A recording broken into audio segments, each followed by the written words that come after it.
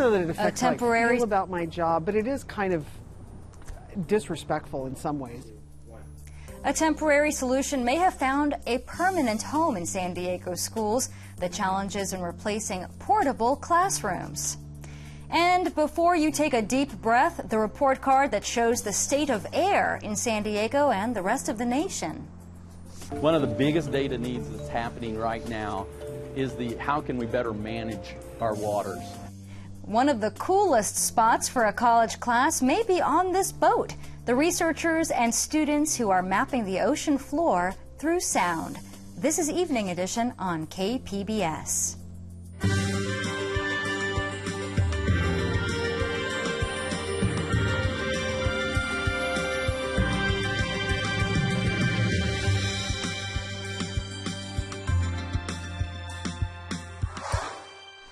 Good evening and thanks for joining us tonight. I'm Maya Trabulsi. The dirtiest air in the nation may be found in California. The troubling report card reveals new details on the quality of air in San Diego.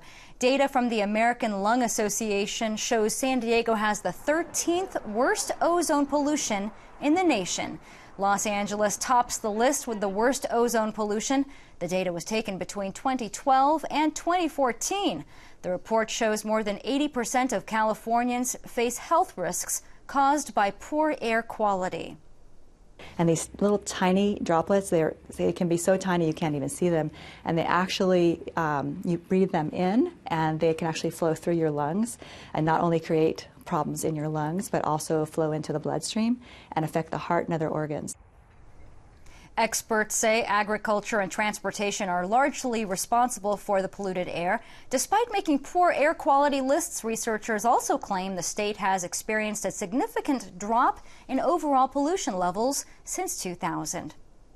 The lead-tainted water crisis in Michigan is now a criminal case. After an investigation, Michigan Attorney General Bill Schuette says 2 state regulators and a water treatment employee failed Michigan families. The 2 State Department of Environmental Quality employees and a local water treatment supervisor are now facing charges that include evidence tampering. Flint has been under a state of emergency for more than 4 months, and people there are using filters and bottled water. Federal officials are monitoring more than what they see above the ground when it comes to the border. They have unearthed what may be the longest cross-border tunnel ever found on California's border with Mexico. As KPBS reporter Jean Guerrero tells us, it's a sophisticated system that has far-reaching consequences. The tunnel stretches for a length of more than 8 football fields and opens in an outdoor lot in an Otay Mesa industrial park. The opening was previously covered by an industrial-sized dumpster and is surrounded by wood pallets. U.S. Attorney Laura Duffy says the Otay Mesa tunnel exit bears no resemblance to those of other super tunnels. This tunnel exit is literally a hole in the ground. In the middle of this area, which you can see behind me, there are no walls, there is no business here. It's one of the narrowest tunnels federal officials have ever found, with a diameter of just 3 feet most of the way. The tunnel has ventilation, railing, lights, and a large elevator on the Mexican side, leading to a Tijuana closet. Officials seized over a ton of cocaine and 3 tons of marijuana. The cocaine seizure is the largest ever associated with a tunnel on the California-Mexico border. 6 people were arrested in connection with the tunnel on drug trafficking and other charges. The suspects are having detention hearings this week. Jean Guerrero, KPBS News. Lawmakers in the state of Nebraska overrode their governor's veto today to approve a law that will allow some immigrants to work in professions that require state licenses. The new law applies to immigrants who received a lawful status under President Obama's executive action in 2012 that allowed them to stay. Supporters of the plan say it is a way to fill jobs in a state with low unemployment. Mitsubishi Motors says that it has found evidence its employees intentionally falsified fuel mileage test data for several models of vehicles. The inaccurate tests were found after Nissan pointed out data inconsistencies. Mitsubishi then conducted an internal investigation and found falsified tire pressure data to make mileage appear better. The company president apologized to customers and shareholders. And another automaker is still dealing with the consequences of emissions test cheating. Volkswagen, the U.S. government, and private lawyers have reached a deal to compensate owners of about 600,000 diesel-powered cars affected in the tests. Volkswagen will spend a maximum of just over $1 billion. The details are still being worked out. The company faces as much as $2 billion in fines for Clean Air Act violations alone. An effort to stop surge pricing by ride-sharing companies like Uber and Lyft has stalled at the state capitol.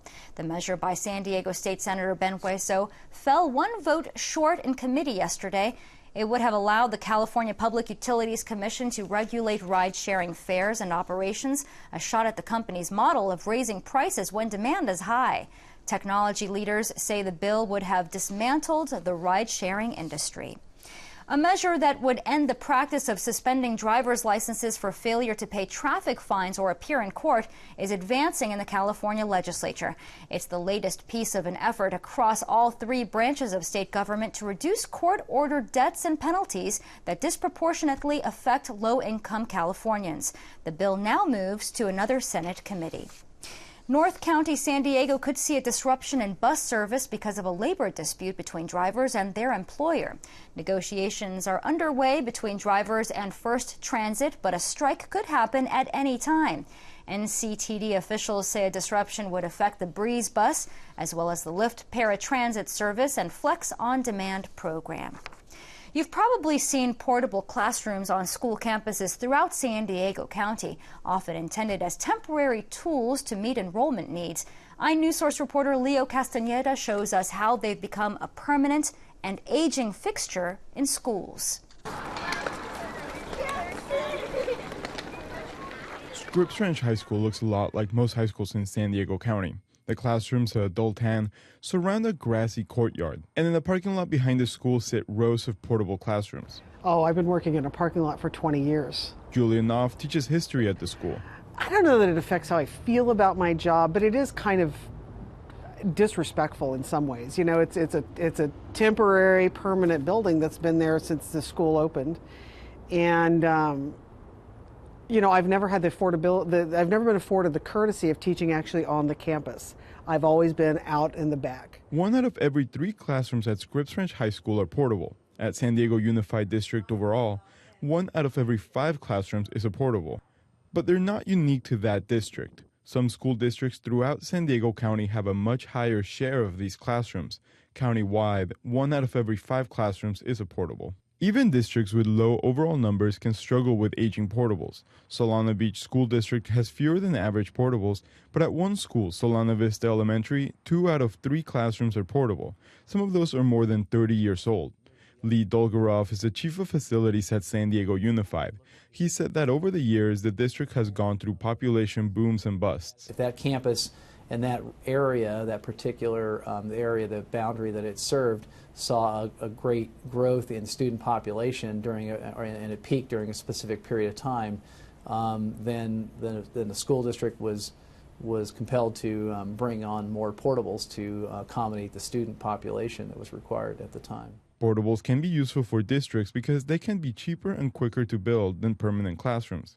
But a 2004 study by the California Air Resources Board found several issues with portables. It found that they are often too hot or too cold and had high noise levels because of poor insulation and loud window AC units. But I think in some cases that, you know, I think overall the study is correct that generally speaking, permanent classrooms tend to be a better teaching and learning environment. Dolgorov said the district is slowly removing portables and it plans to replace some of the ones in Scripps Ranch later this year as part of a school-wide modernization. For KPBS, I'm iNewsSource reporter Leo Castañeda. Could it be over? Water districts in California say the drought emergency has ended. They want regulators to toss out emergency orders that forced people to take shorter showers and let their lawns go brown. Today, the State Water Resources Control Board is talking about the future of conservation measures. Dozens of local water districts wrote letters to the board calling for changes. Drought measure changes may be adopted next month. SeaWorld announced last month that it will no longer breed orcas or pursue a tank expansion project. The company announced today that it will drop a lawsuit that challenged the authority of the California Coastal Commission, who approved the project under the condition that breeding killer whales was stopped. SeaWorld has officially withdrawn its permit for the expansion and now says that legal action is unnecessary.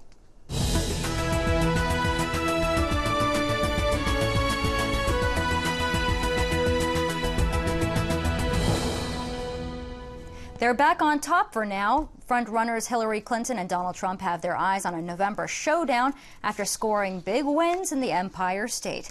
Associated Press reporter Tracy Brown explains why their rivals are not giving up. Big games for Republican and Democrat frontrunners in the Empire State Tuesday. Donald Trump triumphed with ease in the Republican primary, proclaiming his love for New York. I can think of nowhere that I would rather have this victory. So we love you all. Have a great evening. We celebrate.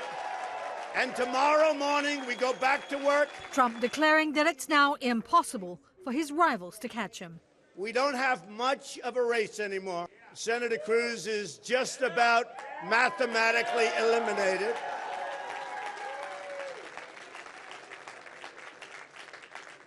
And we've won another state.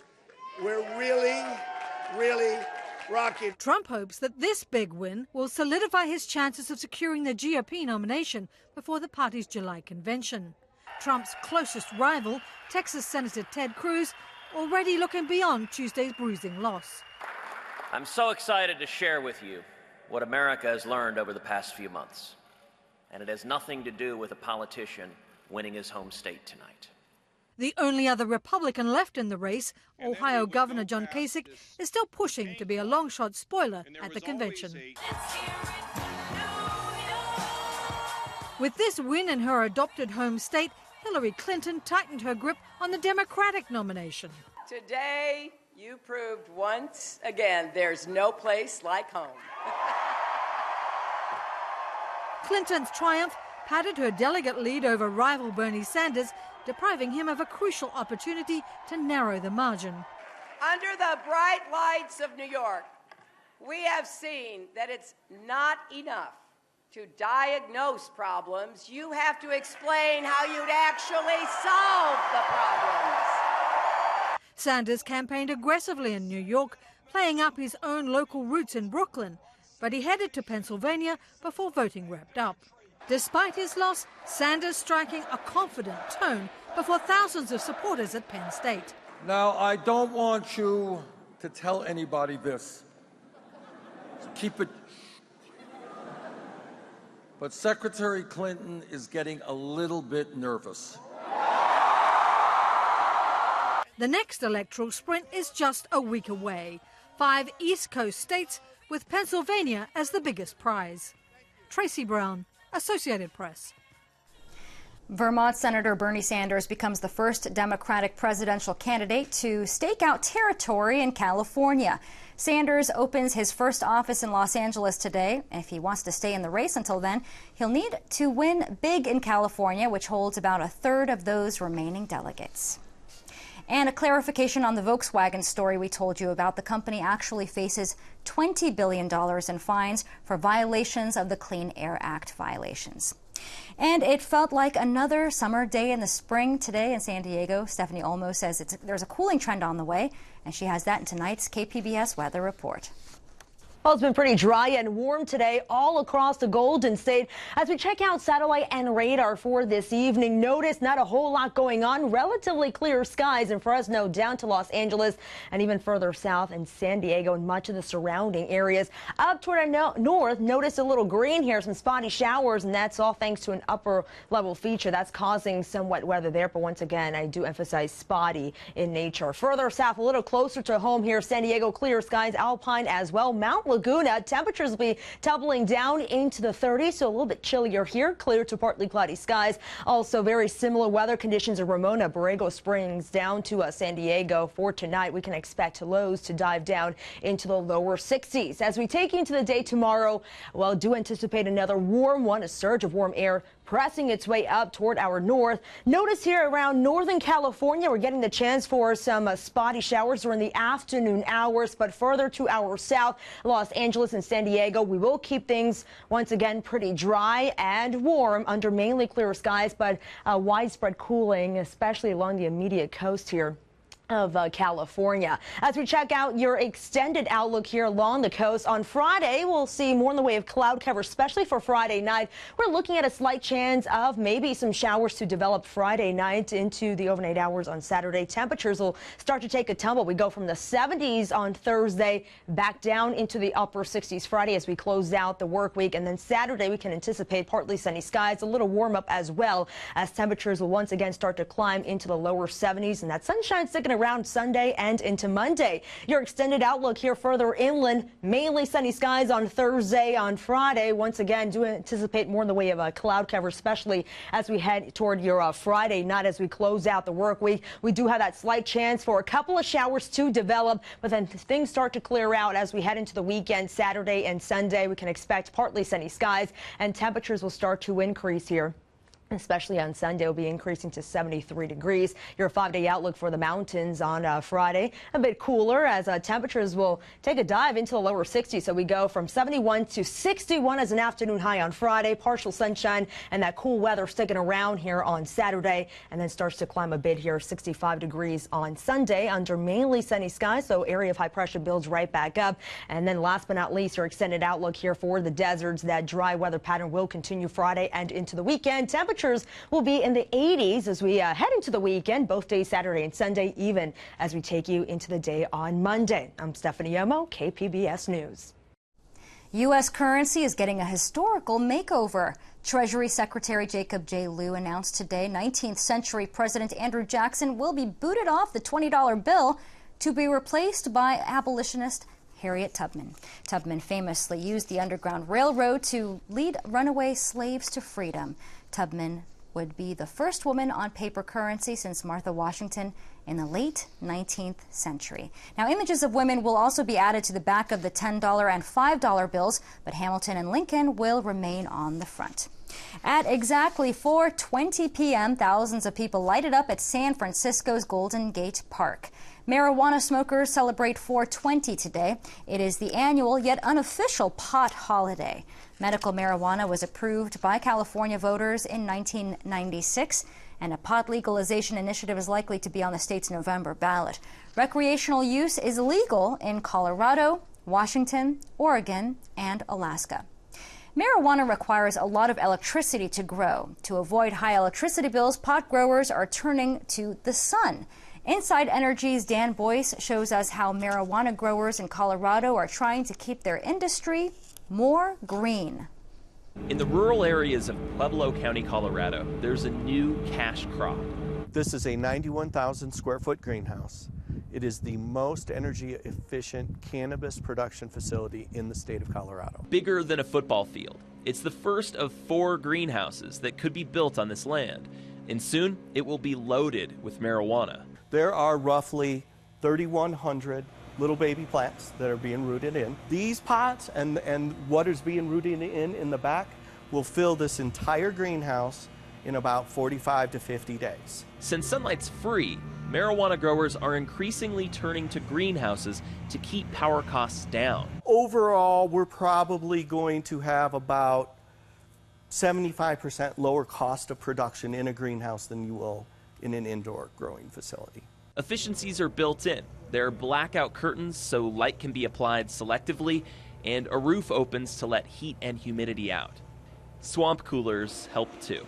We can drop the temperature in this greenhouse about 28 degrees during the summer. Basically, I can cool 91,000 square feet of greenhouse, 28 degrees for about $2,000 a month. And soon there will be more innovations to bring costs down. From an LED perspective, our light is tuned for horticulture, so we're offering the plant exactly what it needs. 10 years from now, you're going to see all of the indoor growing facilities that are inefficient and have 4 times the cost and 10 times the energy costs, and they're all going to start converting into greenhouses. For Inside Energy, I'm Dan Boyce. And this Inside Energy report was made possible by the Corporation for Public Broadcasting.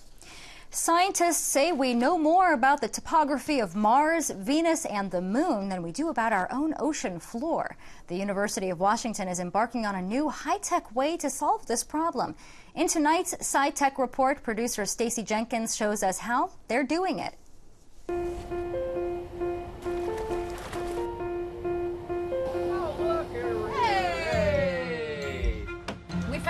seafloor. We found the seafloor. It's where we thought it was going to be. The mouse is up. The University of Washington's School of Oceanography is on a research vessel traveling through Washington State's Puget Sound. The goal? Mapping the ocean floor. Miles Logston is the lead instructor on the cruise.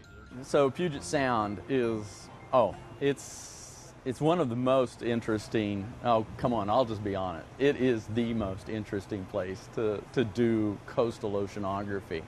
Puget Sound is a bustling urban inlet. Parts of the sound haven't been mapped since the 1800s, and much of it hasn't been mapped at all. So when we start thinking about how to use marine resources wisely and start going, let's plan ahead, people need data. They need to know what's there, how much variation is there. Mapping data is not only important for ecological reasons, but navigation as well. The thing is, you can see from those maps we're focusing on about 3 general survey locations, right? We're still in this kind of training mode, everyone is. And so we're Emily Rowland is a marine geophysicist. She's helping Logston teach students how to perform high-tech mapping. And they're just diving in, they're asking lots of questions, and they're really responsible for running the show, and they're doing that. This is our first day. Yeah, I've got the night shift, so we're from midnight to 8 in the morning. This is my first actual research vessel experience. Using the equipment is a lot better learning tool than just doing lab tests and in the classroom. So how does one map the ocean floor? Through sonar technology. We're literally putting sound through the water column, reflecting off the seafloor, back up to our remote sensing device, which is our ship's transducer. That's what we call it, a multi-beam transducer. Single beam sonar works by emitting a sound wave and listening for how long it takes to return, like an echo. If you know the speed of sound and the time it takes, you can find the distance the sound wave traveled. High-tech multi-beam sonar systems work similarly, except instead of listening for just one echo, microphones pick up echoes from 426 different locations every second. This reaches out to 500 meters on both sides of the ship. Computers then stitch all those echoes together, and the end result is a high-res 3D map that gives us detailed data of what's happening on the ocean floor. So you can imagine how rapidly we can map things. They're hoping to add this data to the National Oceanic and Atmospheric Administration, or NOAA's, nautical charts, but they have to get it right. Today they're mapping the mouth of the Elwha River, the site of the nation's largest dam removal project. We're on the northern kind of flank of the Elwha Delta here, and we've overnight have observed some pretty interesting bedform features. Roland and the students have discovered underwater sand dunes that rise up to 125 meters. That shows that there is a lot of energy coming through this area.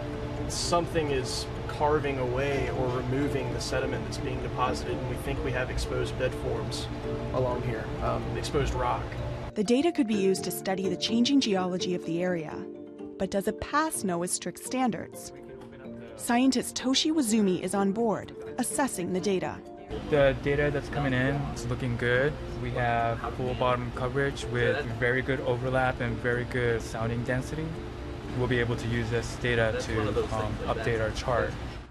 Students also found something unexpected. So last night we were transiting between our survey stations and learning how to process the data, and I found this really cool shipwreck right off of Point No Point. And we can tell that it has a bow here and a house here. This newly discovered shipwreck will be added to NOAA's public nautical charts, along with the mapping data. The team also collected sediment samples to help make the connection between computer data and what's actually on the seafloor. One of the biggest data needs that's happening right now is how can we better manage our waters?